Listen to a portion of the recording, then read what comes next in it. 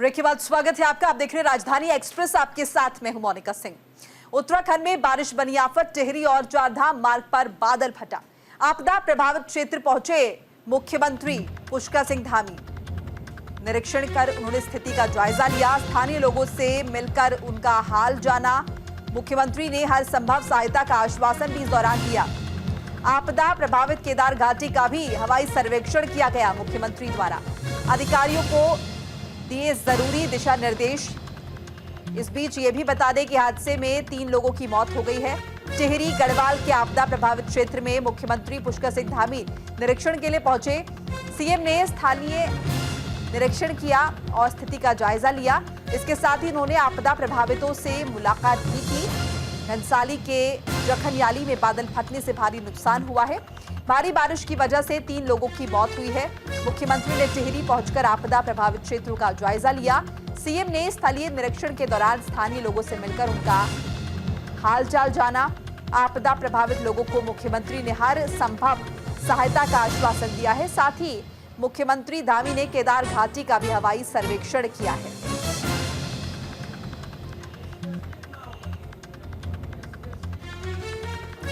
तो आपदा प्रभावित क्षेत्र पहुंचे मुख्यमंत्री पुष्कर सिंह धामी और केदार घाटी का भी उन्होंने हवाई सर्वेक्षण किया है। हर संभव सहायता का आश्वासन मुख्यमंत्री की तरफ से दिया गया है। कल रात्रि को यहाँ बादल फटने से और अतिवृष्टि होने से जानमाल की क्षति हुई है। 3 लोगों का दुखद यहाँ पर मृत्यु भी हुई है और यहाँ पर भवनों का और सड़क का, पुलों का बड़ा नुकसान हुआ है। हमारा प्रयास है कि जल्दी से जल्दी एक तो इस क्षेत्र का विस्थापन किया जाए। जो भी मकान यहाँ खतरे की जद में आते हैं उनका आकलन हो गया है और कोशिश है कि हर संभव अब आगे जो है लोगों की जान माल की सुरक्षा की जाए, उसके लिए काम कर रहे हैं। और जो लोग हमारे यहाँ आपदा शिविरों में हैं उसमें वृद्ध लोग हैं, गर्भवती माताएं हैं, बच्चे हैं, विकलांग हैं, उनको किसी भी प्रकार की जो है कोई परेशानी न हो। दवाइयां हैं, खाद्य सामग्री है और सभी से कहा है कि जो भी लोग आपदा से प्रभावित हुए हैं उनको जो आपदा राहत है वो तुरंत तत्काल दी जाए और जनजीवन को सामान्य करना। और जो नुकसान हुआ है, क्योंकि बड़ा नुकसान हुआ है, काफी नुकसान हुआ है, उसको पुनः जनजीवन सामान्य करने के लिए पुलों को दोबारा से जोड़ना, जो भूस्खलन की चपेट में रास्ते आ गए हैं उनको ठीक करना, भवन इत्यादि जहाँ पर पूरी तरह से क्षतिग्रस्त हो गए हैं उनका पुनर्वास इत्यादि, उस सब पर। और इसी खबर पर ज्यादा जानकारी के लिए हमारे साथ अनुज अवस्थी जुड़ चुके हैं, हमारे सहयोगी। अनुज, कुल कितना इलाका है जो प्रभावित हुआ है? साथ ही साथ ये भी जानना चाहेंगे कि 3 लोगों की मौत की खबर आ रही है, क्या कुछ लोग जख्मी भी हुए हैं?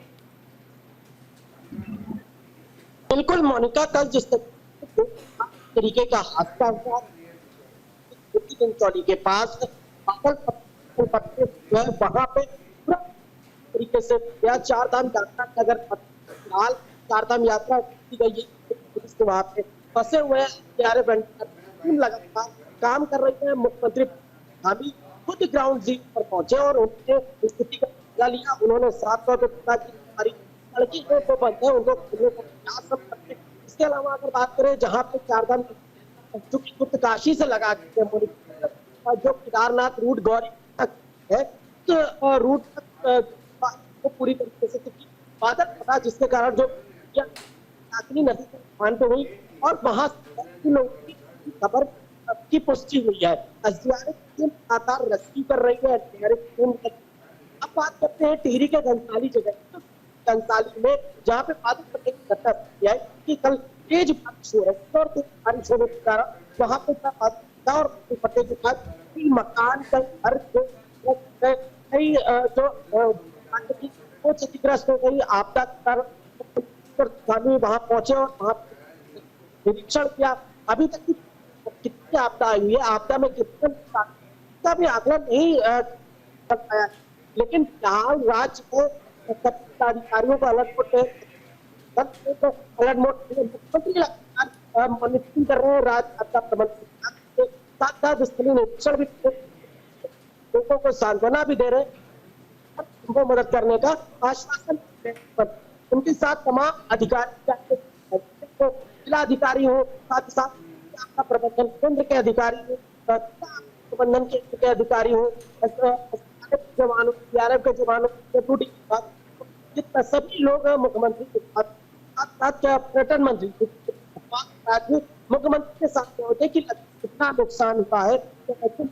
लोग हैं अनुज, आपसे हम ये भी जानना चाहेंगे कि इस पूरी दुर्घटना में जो लोग प्रभावित हुए हैं या जो लोग मारे गए हैं, उनके लिए क्या किसी तरह की राहत राशि का भी मुख्यमंत्री की तरफ से ऐलान किया गया है?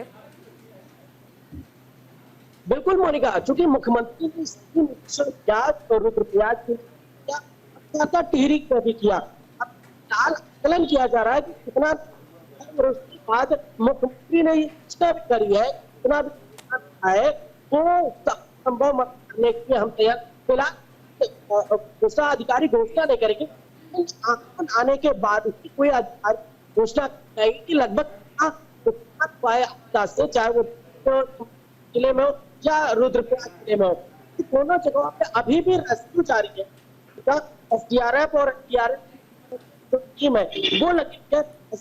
जो कमांडेंट मणिकांत मिश्रा ने भी साफ तौर पे बोला कि हमारी लगे हुए रेस्क्यू करने पे, अगर कोई फंसा हुआ है उसको वहां से तत्काल रूप से निकाला जाए।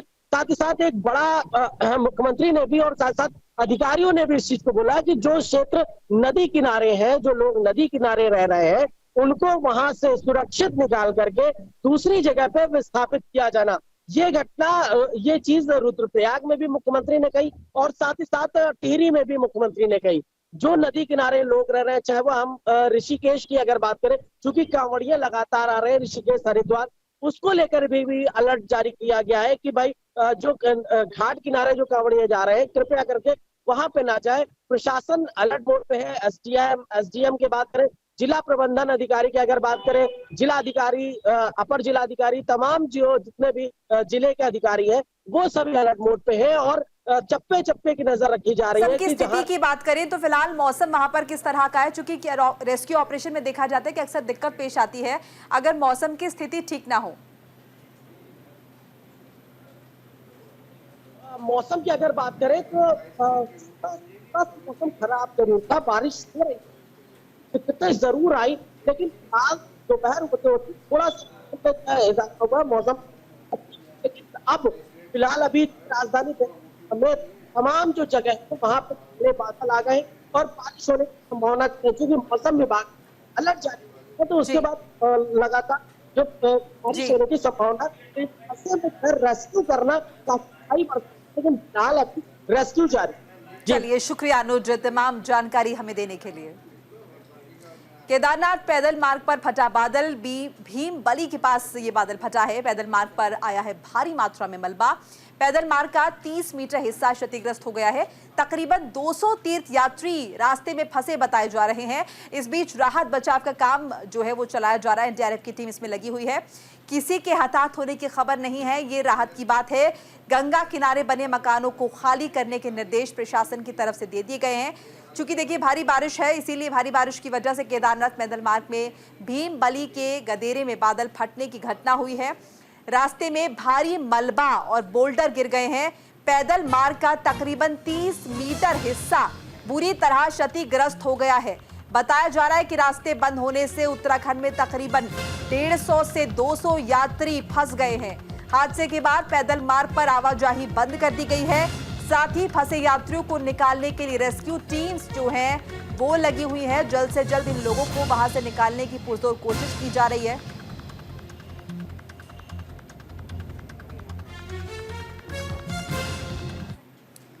और वहीं हरिद्वार में बारिश से आपदा जैसे हालात बन गए हैं। रोह नदी का रपटा पुल जो है फिर से क्षतिग्रस्त हो गया है। कई गांवों को मुख्य मार्ग से जोड़ता है ये पुल और भारी बारिश से उफान पर है नदी नाले।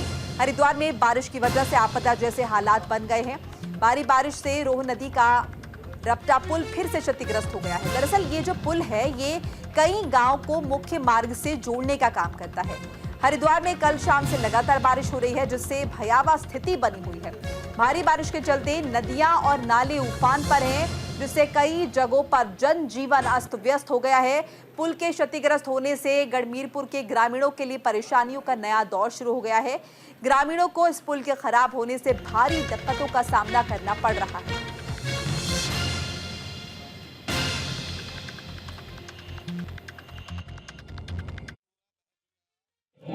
और इसमें 2 बार ये कम्युनिटी के पैसे से बन चुका है, 1 बार सिंचाई विभाग के पैसे से बन चुका, लेकिन इसमें कोई अस्थायी काम नहीं हो रहा।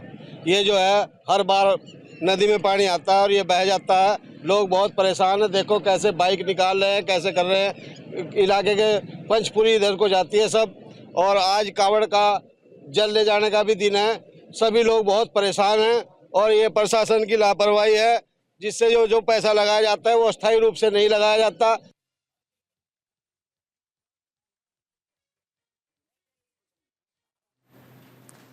तो बारिश बनी है आफत, और टिहरी में अगर हम देखें तो एसडीआरएफ का ऑपरेशन भी जारी है। इस बीच केदारनाथ मार्ग पर बादल भी फटा है।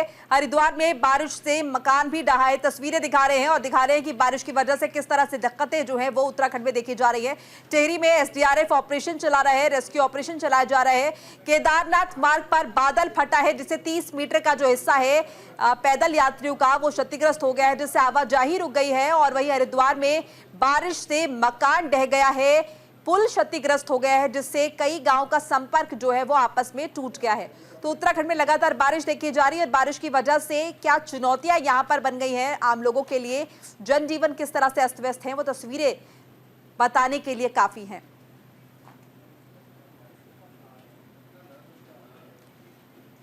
तो देवभूमि में भारी बारिश का कहर जारी है। सीएम धामी ने हालातों का जायजा लिया है। राज्य आपदा प्रबंधन केंद्र में बैठक ली है उन्होंने।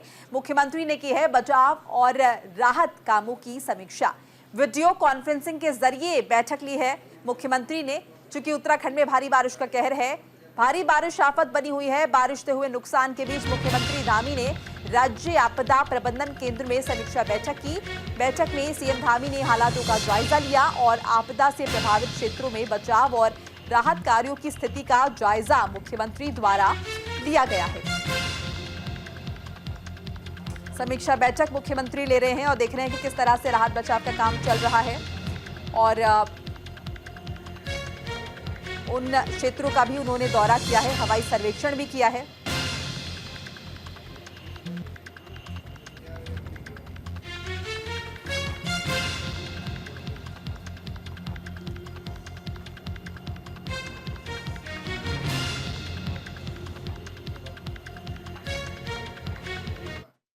सरकारी भवन है, उनका भी नुकसान हुआ है। उन सभी को रिस्टोर करने के लिए, और चूँकि 4 धाम यात्रा भी इस समय चल रही है, 4 धाम यात्री भी हमारे सभी सुरक्षित रहें, उसके लिए भी लगातार सभी अधिकारी हमारे अलर्ट मोड में हैं।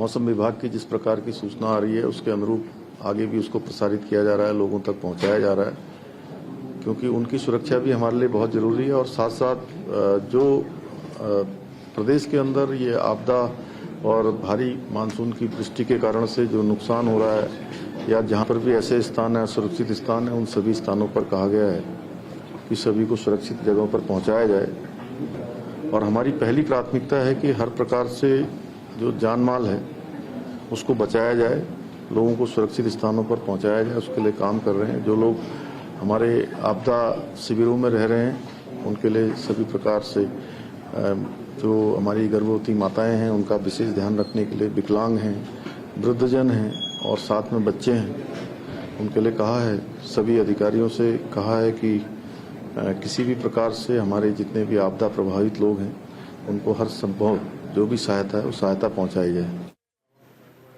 खबर लक्सर से बताते हैं आपको। हाईवे और मार्गों पर शिव भक्त का कांवड़ियों को भोजन, पानी और फल वितरित किए जाने का सिलसिला जारी है। इसी क्रम में पुलिस कर्मियों ने तीसरे दिन भी लक्सर में शिव भक्त कांवड़ियों के लिए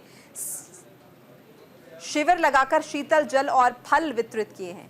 इस दौरान एसपी विमल आचार्य ने कहा कि प्रचंड गर्मी में हर किसी का हाल बेहाल हुआ है। कांवड़ियों को भारी परेशानियां उठानी पड़ रही हैं, चिलचिलाती धूप में यात्रा कर रहे हैं। ऐसे में उन्हें शीतल जल पिलाने से पुण्य मिलता है। पुलिस कांवड़ियों की सुरक्षा व्यवस्था के साथ साथ सेवा भाव और समर्पण के भाव के साथ लगातार काम कर रही है। तो शिव भक्तों को किस तरह से फल वितरित किए गए तस्वीरों के जरिए देख सकते हैं। सर, हम हरियाणा से हर साल कावड़िया यात्रा में आते हैं और लाखों करोड़ों की तरफ आते हैं। और मैं पुलिस के बारे में कहना चाहता हूँ, यहाँ की जो पुलिस का बिहेव है वो देखने लायक है। और जहाँ भी आप हरियाणा में, यूपी में जहाँ कहीं भी जाओगे तो एक डिफरेंट मिलेगा। इन एक मानवता की मिसाल पेश कर रहे हैं, मानवता के नाम पे एक बहुत अच्छी मिसाल पेश कर रहे हैं। चाहे ये खाने पीने की व्यवस्था हो, चाहे ट्रैफिक व्यवस्था हो, और करोड़ों लोग जो बाबा भोलेनाथ की आस्था के लिए यहाँ पे चल लेके जाते हैं, उनको ये एक प्यार से, एक बहुत अच्छी तरह से समझाते हैं, उनको हैंडल करते हैं। ये एक काबिल तारीफ है। हाँ, ये देखिए, ड्यूटी के अलावा हमारा भी थोड़ा सोशल नॉर्म्स भी है, सामाजिक दायित्व भी हम लोग निर्वाह कर रहे हैं। तो जहाँ तक संभव हो सकता है पुलिस द्वारा जो शिव भक्तों की, कांवड़ियों की सेवा करने का भी हम लोग उसका भी आनंद ले रहे हैं। व्यवस्था के साथ साथ मतलब लॉ एंड ऑर्डर के साथ साथ हम थोड़ा सब उनके लिए करने के लिए जो है, ताकि उनकी सेवा की जा सके, इसके भी प्रयास कर रहे हैं। उसी का ये है कि यहाँ कोतवाली लक्सर की तरफ से अभी ये जो पेयजल एवं साथ में फ्रूटी कोल्ड ड्रिंक्स वगैरह के जो वो किया जा रहा है कांवड़। भाग भोले भाग, इस समय हरिद्वार से लेकर दिल्ली, राजस्थान, हरियाणा तक भाग भोले भाग की गूंज जो है वो सुनाई दे रही है। पैदल कांवड़ के बाद अब डाक कांवड़ का नॉन स्टॉप शुरू हो गया है चलना। डाक कांवड़ियों की ओर से राजस्थान की दूरी 80 घंटे तो हरियाणा की दूरी 2 घंटे, ये दिल्ली की दूरी 45 घंटे में तय होती है। निर्धारित समय में जल लेकर कांवड़िए जो है वो उन्हें पहुंचना है। हाईवे और नियम कायदे, तमाम तरह की जो कानून की बाध्यता है वो नहीं है। कांवड़ियों का ध्यान अगर है तो बस अपने भागने पर। न्यूज़ NTR ने ग्राउंड जीरो पर जायजा लिया है।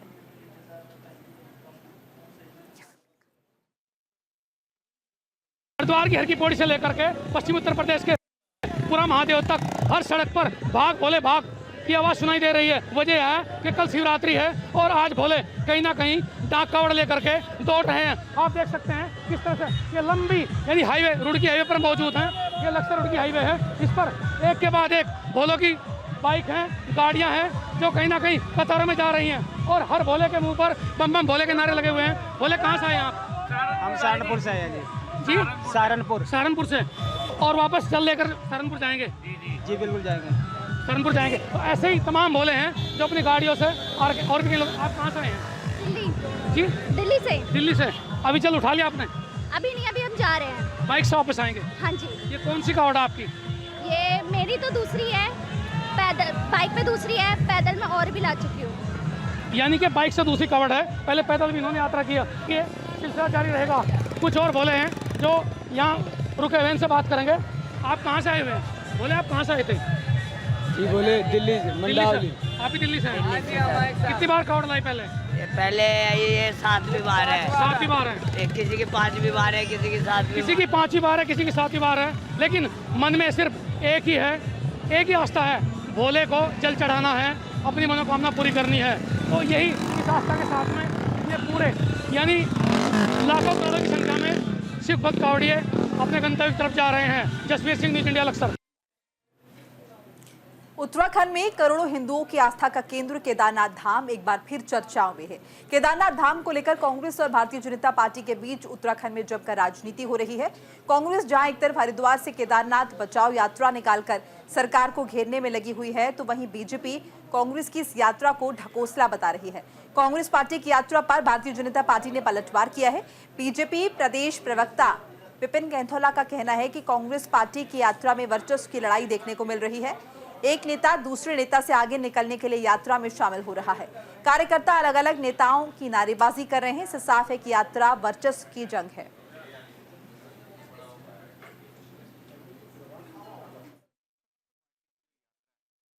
ये यात्रा अपने वर्चस्व की लड़ाई की यात्रा है। इनके नेताओं का अपना वर्चस्व किस प्रकार से कायम रहे उसकी लड़ाई है। ये करण मेहरा चाहते हैं कि संगठन में उनका वर्चस्व रहे, इसके लिए यात्रा निकाल रहे। आप देखेंगे कल जिस प्रकार से रुद्रप्रयाग से आगे जब यात्रा गई तो तमाम नेता अपने व्यक्तिगत नारों में मस्त थे।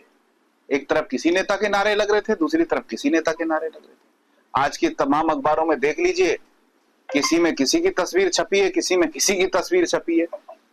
ये सारी की सारी यात्रा कांग्रेस की अपनी पार्टी के नेताओं के आपसी वर्चस्व की लड़ाई है। अगस्त महीने की शुरुआत होते ही स्वतंत्रता दिवस की तैयारी जो है वो जोरों पर होने लगती है। स्वतंत्रता दिवस एक ऐसा दिवस है जो कि पूरा देश बड़े ही धूमधाम के साथ मनाता है। राजधानी देहरादून में भी स्वतंत्रता दिवस पर कार्यक्रमों का आयोजन किया जा रहा है। वहीं जिला प्रशासन की ओर से कई कार्यक्रम स्वतंत्रता दिवस को लेकर किए जाते हैं, जिसे लेकर प्रशासन जुटा हुआ है। इसकी तैयारियों को लेकर देहरादून के कलेक्ट्रेट सभागार में देहरादून के जिलाधिकारी सोनिका ने सभी अधिकारियों के साथ बैठक की। इस बीच जिलाधिकारी ने बताया कि हर साल की तरह इस बार भी देहरादून के परेड ग्राउंड में स्वतंत्रता दिवस समारोह आयोजन होगा, जिसकी रूपरेखा के लिए बैठक ली गई है।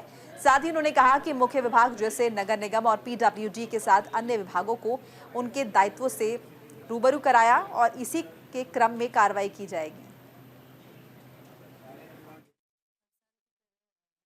ग्राउंड में हमारे यहाँ पे 15 अगस्त का समारोह किया जाएगा और जो हम लोगों की रूपरेखा होती है उसी क्रम में आज बैठक ली गई थी। समस्त विभागों को बुलाया गया था और जो मेन डिपार्टमेंट जैसे PWD हो गया, नगर निगम हो गया और रेवेन्यू डिपार्टमेंट हो गए, उन सबको अवगत करा दिया गया उनकी ड्यूटीज से और उसी क्रम में कार्रवाई की जाएगी।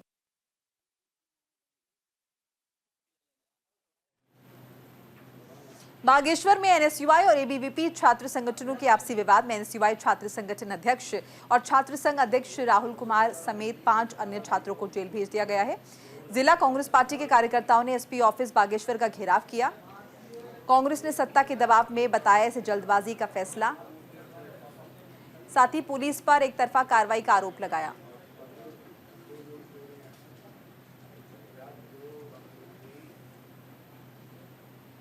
और इसी के साथ ही इस बुलेटिन में फिलहाल इतना ही। नमस्कार।